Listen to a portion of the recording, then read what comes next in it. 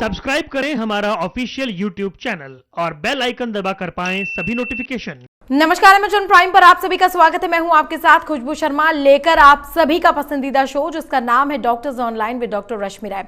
दोस्तों, आज का हमारा ये प्रोग्राम बेहद खास होने जा रहा है क्योंकि आज के इस शो में हम चर्चा करेंगे कुछ ऐसे पॉइंट्स पर, कुछ ऐसे मुद्दों पर जो वाकई शायद आम भाषा में लोग जिनका जिक्र नहीं करते हैं या जिक्र नहीं करना चाहते हैं, लेकिन वो हमारी जिंदगी का, हमारे एज के एक फैक्टर का बहुत ही जरूरी हिस्सा है।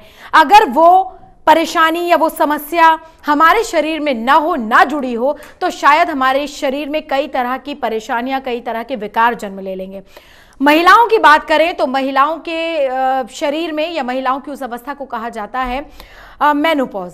जी हाँ, ये एक ऐसी अवस्था होती है जो हर महिला को एक आयु में, एक फेज में झेलनी पड़ती है। लेकिन फिर भी बहुत से ऐसे लोग हैं जो इस बारे में अभी अवेयर नहीं है, लेकिन इसके बारे में जानकारी होना, जागरूक होना बेहद ज़रूरी है। और आज इसी टॉपिक पर, इसी मुद्दे पर चर्चा करने के लिए हमारे साथ एक्सपर्ट जुड़ी हुई हैं। वो एक्सपर्ट मुंबई से हमारे साथ जुड़ती हैं। मुंबई से एज एनहांस क्लिनिक की वो फाउंडर हैं। उसी के साथ साथ वो lifestyle, preventive medicine and anti ageing metabolic expert हैं, साथ ही इम्यूनिटी एक्सपर्ट भी हैं। चलिए स्वागत करते हैं डॉक्टर रश्मि राय का। डॉक्टर रश्मि, आपका बहुत बहुत स्वागत है। नमस्कार। नमस्कार खुशबू जी। डॉक्टर, आज हमारा ये शो थोड़ा खास इसलिए है क्योंकि आज अब हम अपने इस शो में डिस्कशन करने वाले हैं, और डिस्कशन भी एक ऐसे टॉपिक पर जो शायद अगर 2-4 लोग आसपास बैठे हो तो खासतौर से महिलाएं उस बारे में बात भी करना नहीं चाहती, लेकिन शरीर का बहुत ही ज़रूरी उसे रोग कहें, विकार कहें या एक अवस्था कहें, वो आप डिसाइड करेंगी। मैं मेनोपॉज की बात कर रही हूँ। आपसे पूछना चाहूँगी, ये मेनोपॉज क्या है?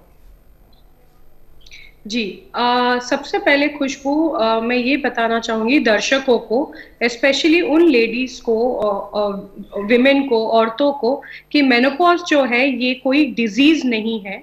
इसे हमारे देश में एक डिजीज़ की तरह देखा जाता है और इस पे अवेयरनेस भी बहुत कम है। तो मेनोपॉज जो है ये 3 प्रकार के होते हैं। एक होता है मेनोपॉज, एक होता है पेरीमेनोपॉज और एक होता है पोस्ट मेनोपॉज। क्योंकि अभी आपने मुझसे मेनोपॉज के बारे में पूछा है, तो मेनोपॉज हम तब कहते हैं जब एक औरत 12 महीने से अगर उनके पीरियड्स कंप्लीटली बंद हो चुके हैं, पूरे 1 साल या 12 महीने, जब उनके पीरियड्स जो लास्ट फाइनल पीरियड से 12 महीने तक जब उनके पीरियड्स कंप्लीटली स्टॉप होते हैं, तब उस औरत को हम या उस वुमन को हम मेनोपॉज का एक वो डायग्नोसिस दे सकते हैं। उसके अलावा जो मेनोपॉज है वो आर्टिफिशियली भी ट्रिगर होता है जब आपके बॉडी में कोई सर्जिकल रिमूवल ऑफ यूट्रस हुआ है, जब कंप्लीटली पूरी तरह से आपकी हिस्टेरेक्टमी हुई है, और जिसे हम कहते हैं टोटल हिस्टेरेक्टमी, जहाँ पे आपका यूट्रस जो है वो पूरी तरह से निकाल दिया है। तो अगर आपने उसके बाद अगर हार्मोन रिप्लेसमेंट या हार्मोन मेंटेनेंस ट्रीटमेंट नहीं लिया तो आप बहुत जल्दी मेनोपॉज में जा सकते हैं। जी। तो ये 2 प्रकार के मेनोपॉज है। एक है जो नेचुरली मेनोपॉज होता है और एक होता है आर्टिफिशियल वे के थ्रू। जी डॉक्टर, क्योंकि हम आज इसी टॉपिक पर चर्चा कर रहे हैं, आपने कहा 3 स्टेज है, pre menopause, post menopause and menopause. तो इसके बारे में आपने बताया, तो हम ये चाहते हैं कि जब हम चर्चा के लिए बैठे ही हैं तो आप हमें इन तीनों स्टेज के बारे में बताएं कि प्री मेनोपॉज क्या होता है, क्योंकि हमारी जो फीमेल्स हैं, जो महिलाएं हैं, उनको अवेयर होना बहुत जरूरी है कि प्री मेनोपॉज क्या होता है, पोस्ट मेनोपॉज क्या होता है। जी, पेरीमेनोपॉज को हम ऑल्सो ट्रांजिशनल मेनोपॉज कहते हैं। ये एक वो होता है टाइम जो फीमेल्स इस दौर से गुजरती है मेनोपॉज होने के पहले। वो भले 1 साल पहले हो या 2 साल पहले शुरू हो सकता है, बट बहुत सारे पेशेंट्स में हम देखते हैं कि 1 ईयर पहले, मेनोपॉज के पहले पेशेंट्स जो है, फीमेल्स जो है, इस ट्रांजिशन के दौर से गुजरते हैं। इनमें हम जो सिम्टम्स देखते हैं वो है आपकी जो पीरियड साइकिल है वो इरेगुलर हो जाता है जी। आपका जो फ्लो है ब्लीडिंग का वो बहुत ज्यादा होता है। आपके पीरियड्स बहुत नजदीक आते हैं, आपको स्पॉटिंग होता है, और इसके अलावा जो हमने जो सिम्टम्स देखे हैं वो है हॉट फ्लशेस, जिसे कहते हैं पसीने छूटने अपर बॉडी के तरफ। अपर बॉडी में हमने ये सिम्टम्स ज्यादा देखा हुआ है। उसके अलावा muscle loss, irritability, mood swing, ये तरह तरह के सिम्टम्स हमने पेरीमेनोपॉज में देखा हुआ है, ठीक है। और पोस्ट मेनोपॉज उसे कहते हैं जब आपके 12 महीने तक आपके पीरियड्स पूरी तरह से सीज हो चुका है, कंप्लीटली स्टॉप हो चुका है, और फाइनल पीरियड के बाद जो आपका 12 महीने 1 साल अगर आप काउंट कर लेते हैं, फिर आपका जो वो दौर शुरू होता है, उसे हम कहते हैं पोस्ट मेनोपॉज। जी डॉक्टर, मेनोपॉज की वजह क्या होती है? क्यों ये जरूरी है शरीर में होना? क्यों, कारण क्या है, इसकी वजह क्या है? देखिए, अगर आप मेनोपॉज के बारे में पूछेंगे, ये बहुत ही नेचुरल है, हमें इसे लॉ ऑफ नेचर कहते हैं। हमारा रिप्रोडक्टिव सिस्टम जो है, औरतों का जो रिप्रोडक्टिव सिस्टम है, वो ऐसे ही बना गया है कि आफ्टर अ सर्टेन एज जो है, हमारी बॉडी के जो 2 इंपॉर्टेंट हॉर्मोन्स है, ईस्ट्रोजन और प्रोजेस्टेरॉन, ये 2 बहुत इंपॉर्टेंट हॉर्मोन्स है हमारी औरतों के लिए। तो ये जो हॉर्मोन्स है, उनका जो प्रोडक्शन है हमारी बॉडी में बिल्कुल ही कम हो जाता है, कि ऑलमोस्ट 0 हो जाता है। इस वजह से हम उस मेनोपॉज में हमारी बॉडी चली जाती है, और ये बहुत ही नेचुरल चीज है। जो प्रॉब्लमेटिक है, जब अगर आप अर्ली मेनोपॉज पे चले जाते हैं, जब आपकी एज बहुत या उम्र बहुत छोटी है, और आपकी जो मेनोपॉज की सिम्टम्स है वो बहुत ही छोटे उम्र में, अर्ली एज में दिखने मिलता है, जिसे हम कहते हैं early age premature menopause हम जिसे कहते हैं, या ओवेरियन इनसफिशिएंसी जिसे हम कहते हैं प्राइमरी ओवेरियन इनसफिशिएंसी। तो ये जो चीज है, ये थोड़ा आपको ध्यान रखना चाहिए। बल्कि मेनोपॉज जो है, ये बहुत ही नेचुरल चीज है, इसे आप डिजीज की तरह बिल्कुल ना देखें।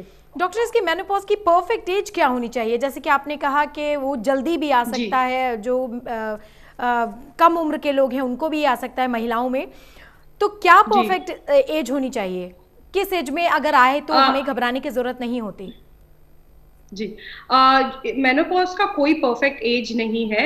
जो आइडियली जो एज माना जाते हैं वो है लेट 50s, अर्ली 50s में माना जाता है, 50 to 51 इयर्स, या उससे 1-2 साल आगे या पीछे। बट जो पहले के डेटा अवेलेबल थे, तब मेनोपॉज जब होता था, आज से 10-15 साल पहले, जब इतना इंडस्ट्रियलाइजेशन और कमर्शियलाइजेशन नहीं था, हमारा फूड ईटिंग हैबिट्स भी बहुत अच्छे थे, या आपकी जो ग्रैंड मदर्स जो एज से बिलोंग करते हैं, उस जनरेशन में मेनोपॉज बहुत लेट सेट इन करता था कंपेयर टू आज के जनरेशन के लिए। तो आज के जनरेशन में आपका जो मेनोपॉज, जो मैंने एटलीस्ट मेरे क्लिनिक में जो मैं पेशेंट्स देखती हूँ, उनमें हमने देखा है कि एज ग्रुप जो है 45 to 50 इयर्स के बीच में होता है। तो ये एक लगभग एक एज है जो आजकल के जनरेशन में हम देखते हैं मेनोपॉज ये एज में सेट इन करता है। जी, तो यानी खान पान का फर्क पड़ सकता है इससे हम ऐसा मान सकते हैं? जी बिल्कुल डाइटरी और लाइफस्टाइल मॉडिफिकेशन इसमें बहुत ही मायने रखता है। इनफैक्ट मेनोपॉज जो है ये आपको अगर अर्ली एज में हो रहा है तो इसके बहुत सारे कॉजेज हैं, और अगर आपके 50 या 51 में हो रहा है तो बिल्कुल ठीक है। ध्यान ये रखना है कि अगर आप एक बार मेनोपॉज में चले जाते हैं तो इसके बाद फिर आपको क्या क्या स्टेप्स लेना है वो ज्यादा इम्पोर्टेंट है। जी डॉक्टर, क्या मेनोपॉज को ट्रीटमेंट के जरिए ठीक किया जा सकता है या रोका जा सकता है, या फिर डिले करने का कोई प्रोसेस है? अगर कोई महिला चाहती है कि उसको अभी ना हो, 5 साल बाद या 10 साल बाद हो, क्या कोई तरीका है? जी देखिए, ये अपना पर्सपेक्टिव है, लोगों को अलग अलग चीजें चाहिए होता है अपने लाइफ से। तो अगर एक औरत अगर 45 इयर्स की है और अगर उन्हें उनके ब्लड टेस्ट और जांच पड़ताल, सबसे पहले तो ब्लड टेस्ट बहुत ही जरूरी है मेरे लिए, एक मेनोपॉज के एक फीमेल पेशेंट के लिए जिसे लगता है कि उसको मेनोपॉज हो रहा है, या मैं एज अ डॉक्टर अगर मुझे उनमें कोई मेनोपॉज के लक्षण दिखते हैं तो हम एक हार्मोनल प्रोफाइल उनका जरूर करवाते हैं और दूसरे टेस्ट भी करवाते हैं, जिसको मैं आगे जैसे जैसे हमारी चर्चा होगी मैं बात करूंगी उन टेस्ट के बारे में। बट अभी के लिए अगर जांच पड़ताल के बाद अगर एक 45 ईयर ओल्ड लेडी को कंसीव करना है और वो मेनोपॉज से काफी पास आ रहे हैं, तो हम उन्हें हमेशा कहते हैं कि अगर आप अवॉइड कर सकते तो कीजिए, नहीं तो हम उन्हें दूसरे ट्रीटमेंट्स के द्वारा भी उनका मेनोपॉजल पीरियड है, उनके डाइट और लाइफस्टाइल मॉडिफिकेशन के द्वारा उनका थोड़ा जो टाइम है वो डिले करते हैं ताकि वो कंसीव कर ले। पर अगर कोई फीमेल पेशेंट है जो ऑलरेडी 49-50 ईयर्स की है और उनको मेनोपॉज वो पेरी मेनोपॉजल यानी मेनोपॉज होने के पहले वाले दौर से गुजर रही हैं, तो उनमें हम कोई डिले नहीं करवाते, क्योंकि वो अननेचुरल है, अगेंस्ट लॉ ऑफ नेचर है। तो हम मैं बिल्कुल एज अ डॉक्टर एडवाइस नहीं करती। अगर आप अर्ली एज ग्रुप में हैं, जैसे 35 ईयर या 40 ईयर्स में हैं, और अगर आपको आपके पीरियड्स में तकलीफ है, या हो सकता है कि आपकी ओवरीज काम नहीं कर रही, जो आपका मेन जो बैंक है बॉडी का औरतों में, जिससे ओवरी प्रोड्यूस होता है, वो काम नहीं कर रहा होता, तब हम उन औरतों में वेरियस ट्रीटमेंट मोडालिटीज देखते हैं, जिससे हम उनका जो ये मेनोपॉज का जो पीरियड है वो डिले कर सकते हैं। जी डॉक्टर, वैसे ज्यादा से ज्यादा अभी तक कितना टाइम पीरियड के लिए डिले किया जा सकता है? 5 साल के लिए, 10 साल के लिए, 2 साल के लिए? कितना एग्जैक्ट टाइम हो सकता है कि जिसको करने से कोई कॉम्प्लिकेशन नहीं होते हैं? ऐसा कोई टाइम फ्रेम नहीं होता कि हम 2 साल, 5 साल, 10 साल से डिले कर सकते हैं। जैसे मैंने कहा, डिपेंड्स ऑन पेशेंट्स रिक्वायरमेंट और पेशेंट का जो हेल्थ स्टेटस है। अगर उनका मेनोपॉज डिले करने से हमें लगता है कि उन्हें दूसरे कॉम्प्लिकेशंस आने की पॉसिबिलिटी है, तो हम वो टेक्निक बिल्कुल नहीं अपनाते जहाँ पे मेनोपॉज को डिले करते हैं। हाँ, ये बस उन पेशेंट्स के लिए जो बहुत अर्ली एज में मेनोपॉज के साइंस और सिम्टम्स दिखाते हैं, और जो पेशेंट्स जिनकी शादी नहीं हुई है, या जिन्होंने कंसीव नहीं किया हुआ है, ये उन पेशेंट्स के लिए है, ना ही उन पेशेंट्स के लिए जो ऑलरेडी एज ग्रुप में है, जहाँ पे मेनोपॉज सेट इन होना बहुत ही जरूरी है। जी डॉक्टर, जो ये मेनोपॉज होता है, इसमें महिलाओं को आपने लक्षण बताए हैं कि कई बार बेचैनी, नींद ना आना, इस तरह की परेशानियां हैं। क्या सभी महिलाओं में एक ही जैसी परेशानियां, एक ही जैसे लक्षण नजर आते हैं?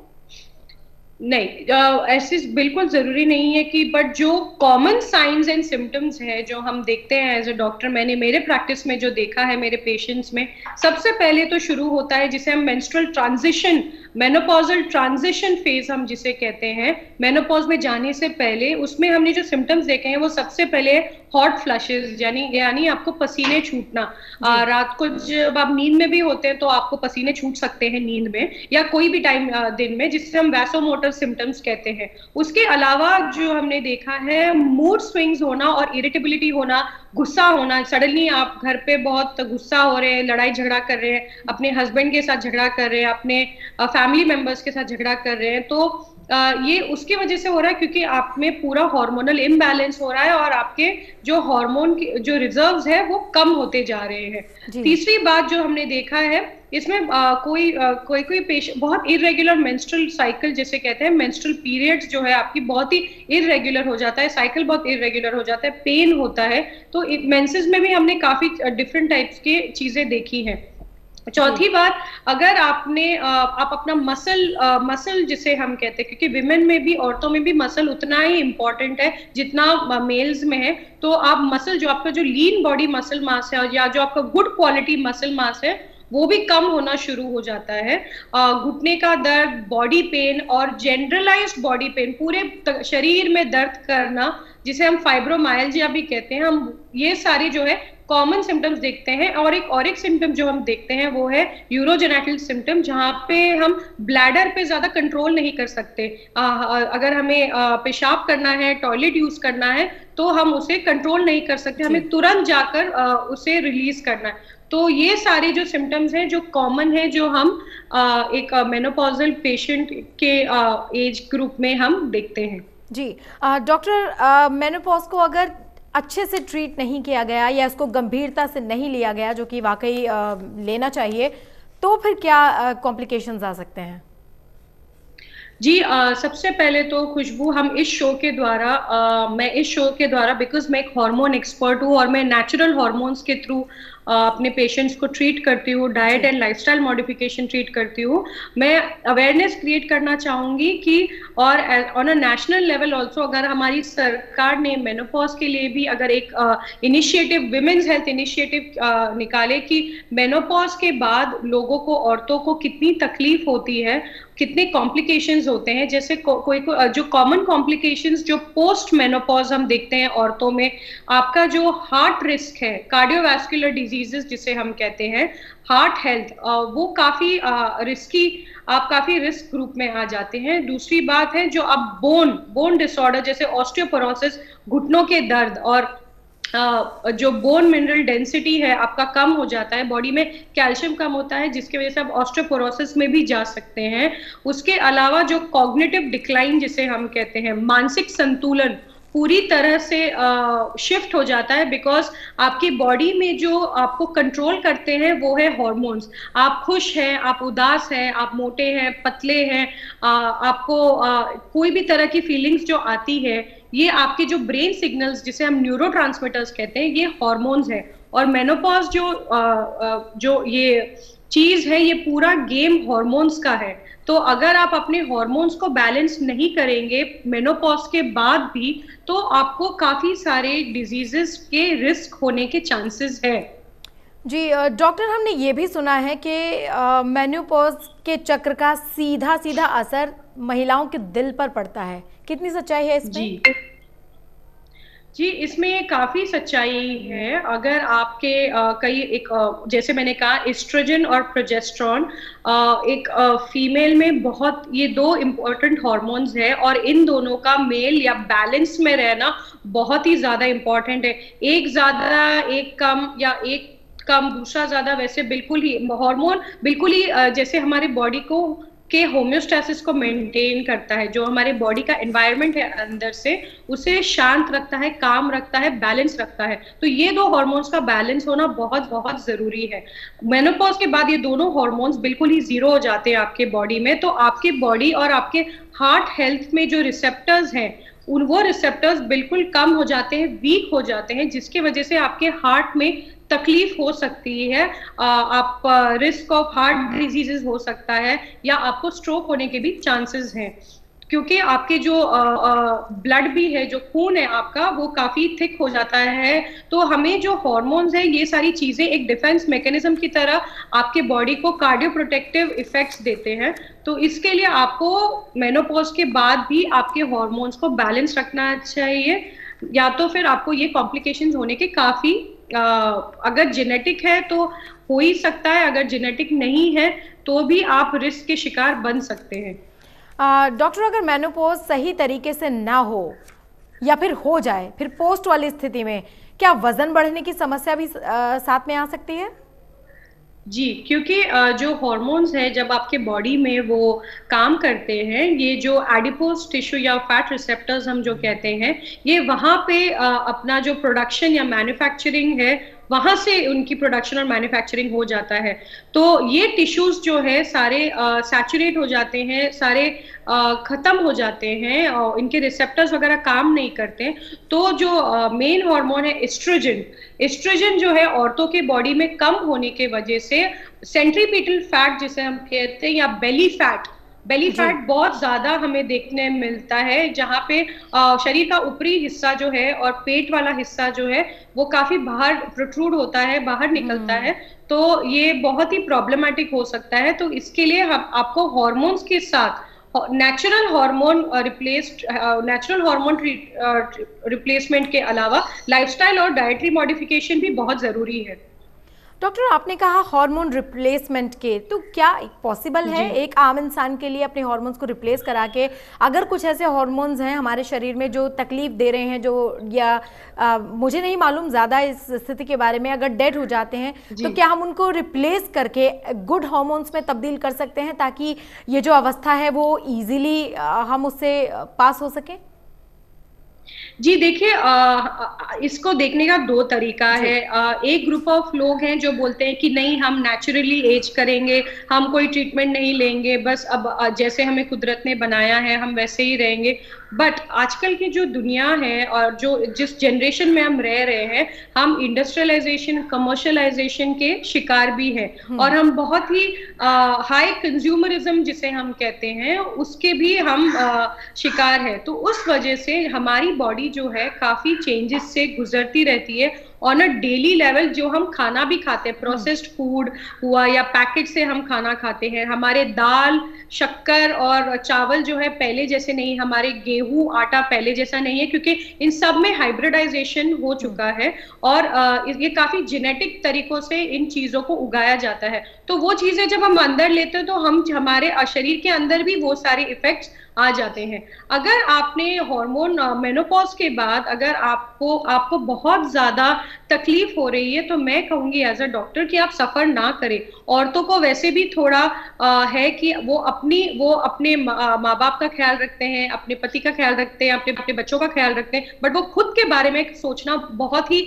सबसे लास्ट प्रायोरिटी देते हैं। तो अगर आप घर चला रहे हैं, आप होम मेकर हैं, आप सिंगल है, जो भी है, आपको अपने आप पे सबसे पहले कॉन्सेंट्रेट करना चाहिए। क्योंकि अगर आप स्ट्रांग है और अगर आपकी बॉडी स्ट्रांग है, मेंटल हेल्थ और फिजिकल हेल्थ, तब जाकर आप दूसरों की देखभाल कर सकते हैं। तो इसमें अगर आप मेनोपॉज होता है और अगर आप सफर कर रहे हैं, तो प्लीज मैं कहूंगी कि आप नेचुरल, जैसे I am a bio identical hormone replacement therapist, जो नेचुरल हार्मोन रिप्लेसमेंट थेरेपी करते हैं, जो प्लांट बेस्ड हार्मोन्स हम यूज करते हैं, और ये बहुत सेफ होता है। तो अगर आप प्लीज नेचुरल टेक्निक से अपने हार्मोन रिप्लेस कर सकते हैं, आपकी सफरिंग कम हो सकती है, आपके रिस्क फैक्टर्स कम हो सकते हैं, डाइटरी और लाइफस्टाइल मॉडिफिकेशन करते हैं, तो आपको मेनोपॉज का शिकार नहीं बनना पड़ेगा। जी डॉक्टर, हमारे जो दर्शक हैं वो जाहिर सी बात है महिलाएं भी शामिल हैं, उन्हीं के लिए ये शो है। तीनों स्टेज आपने जो बताई हैं, जो महिलाएं हैं, अगर वो महिलाएं इन तीनों स्टेज में से किसी भी स्टेज से गुजर रही हैं, आप उनको क्या कहना चाहेंगी कि वो किस चीज़ का फॉलो करें, क्या अपने लाइफस्टाइल में चेंज करें, किस तरह से अपनी दिनचर्या बनाएं ताकि उनको इन तीनों अवस्थाओं से आराम मिले, तीनों अवस्थाओं की महिलाओं के लिए?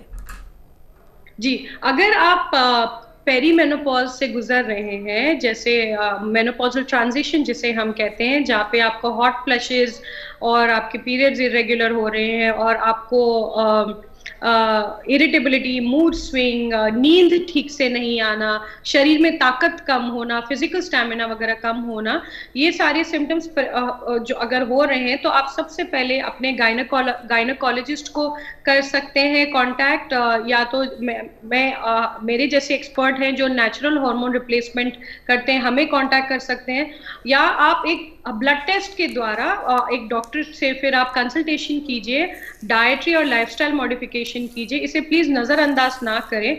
अगर आपके पीरियड्स वगैरह स्किप हो रहे हैं, आपके 4 महीने से ज्यादा अगर आपके इरेगुलर पीरियड्स है, स्पॉटिंग है, फ्लो बहुत ज्यादा है, या बिल्कुल पीरियड्स नहीं आ रहे और 4 महीने हो चुके हैं, तो 4 महीने के बाद एटलीस्ट आप अपने डॉक्टर से कंसल्ट करें, अल्ट्रासाउंड स्कैन करें। ये बहुत ही इंपॉर्टेंट है।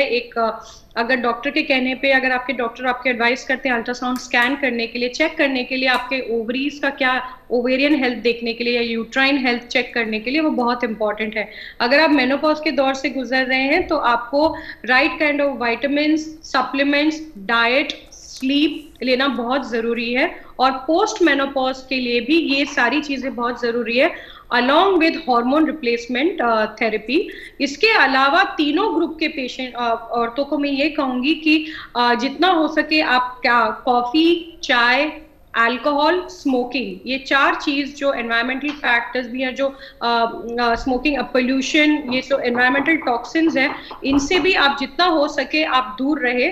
और क्योंकि ये भी कंट्रीब्यूट करते हैं आपके मेनोपॉज या प्री मेनोपॉज या post menopausal science and symptoms में और एडवर्स इफेक्ट्स में। तो प्लीज आप इन सारी छोटी छोटी चीजों का ध्यान लें। और आगे आगे जैसे हमारा शो चलता रहेगा, मैं और टिप्स देती रहूंगी, मैं और आपको कौन से टेस्ट करवाने हैं, कैसे इसको हैंडल करते हैं, कौन से डॉक्टर्स के पास जा सकते हैं, हम इसकी चर्चा आगे भी रखेंगे ताकि हम अवेयरनेस बरकरार रखें। जी डॉक्टर, जो मूड स्विंग्स की बात हम सुनते हैं, ये नॉर्मली जो हमारा मंथली साइकिल होता है उसमें तो होता ही है, लेकिन जब मेनोपॉज आता है या तीनों स्टेज आती हैं, तो क्या उस दौरान भी मूड स्विंग्स होते हैं, या वो थोड़े टाइम के लिए होते हैं, या फिर परमानेंट मेनोपॉज के बाद परमानेंट मूड स्विंग रहता है? जी जी जी, तो सबसे पहली बात, जो मूड स्विंग्स है या जो इरिटेबिलिटी है या एंजाइटी है या अग्रेशन है, गुस्सा आना, इसे हम ये सारा अगेन बिकॉज आपके हार्मोन्स पूरे इम्बैलेंस होते हैं और ये सारे ब्रेन से पिट्यूटरी और हाइपोथैलेमस हम कहते हैं, जहां से ये हार्मोन्स रिलीज होते हैं और इनका पूरा एक इम्बैलेंस आपके सिस्टम में क्रिएट होता है। तो आपके जो मेंटल हेल्थ, आपके जो ब्रेन में आपको जो काम या रिलैक्स जो रखते हैं हॉर्मोन्स, उनका जो प्रोडक्शन है वो बहुत कम हो जाता है, जिसके वजह से आपको ये सारी चीजें फील होती है। मेनोपॉज के जो सिम्टम्स हैं या जो मूड स्विंग्स के जो सिम्टम्स है, मेनोपॉज के जो सिम्टम्स है वो कभी कभी 5 से 7 साल या कभी कभी 2 साल तक भी रहते हैं, और कई पेशेंट्स में, फीमेल पेशेंट्स में हमने देखे हैं कि 14 से 15 साल तक भी ये सिम्टम्स रहते हैं पेशेंट्स में, जो औरतें हैं। तो आप, इसके लिए मैं कह रही हूँ कि आप प्लीज इतना सफर ना करें। आप प्लीज, अभी तो साइंस काफी आगे जा चुका है, मेरे जैसे डॉक्टर्स हैं जो हम जाकर ये सारा साइंस सीख कर आए हैं, ये सारा टेक्नोलॉजी इंडिया लेकर आए हैं। तो आप प्लीज एक्सपर्ट्स को कांटेक्ट कीजिए, और अपने मेनोपॉज, अगर आप मेनोपॉज के दौर से गुजर रहे हैं, सफर कर रहे हैं, तो प्लीज आप ना कीजिए, इसका राइट मेडिकल इंटरवेंशन लीजिए ताकि आप सफर ना करें। तो इसका ट्रीटमेंट बहुत ही जरूरी है, भले वो डाइटरी एंड लाइफस्टाइल मॉडिफिकेशन क्यों ना हो। चलिए, तो ये बेहद गंभीर मुद्दा है, और हमें ये लगता है कि being a female, being a women, हम अपने जीवन में बदलाव करना ज़रूरी है। क्यों इतना दर्द सहना है, क्यों हमें परेशानी में रहना है, और इस परेशानी से बाहर निकलिए। ये जीवन का चक्र है, जीवन गुजरेगा, चक्र चलता रहेगा, लेकिन जब ये चक्र चलना ही है तो क्यों ना खुशी के साथ चले, क्यों ना आराम के साथ चले, क्यों इतना दर्द सहना है। हमारा ये प्रोग्राम आपको कैसा लगा, आप हमें ज़रूर बताइएगा। उसी के साथ साथ हम फिर हाजिर होंगे, इसी टॉपिक पर फिर से आपसे चर्चा करेंगे। डॉक्टर रश्मि, बहुत बहुत शुक्रिया, डिटेल में आपने हमारे दर्शकों को ये समझाया कि वाकई ये गंभीर स्थिति से, गंभीर सिचुएशन से हमें बाहर कैसे निकलना है और सफ़र कैसे करना है। इसके लिए बहुत बहुत शुक्रिया। और हमारे दर्शकों से भी हम कहना चाहेंगे कि आप भी अपने घर पर रहिए, स्वस्थ रहिए। आपके मन में भी कोई सवाल है तो आप हमारे इस प्रोग्राम से जुड़ सकते हैं। ज़्यादा जानकारी के लिए देखते रहिए एम एच 1 प्राइम। नमस्कार।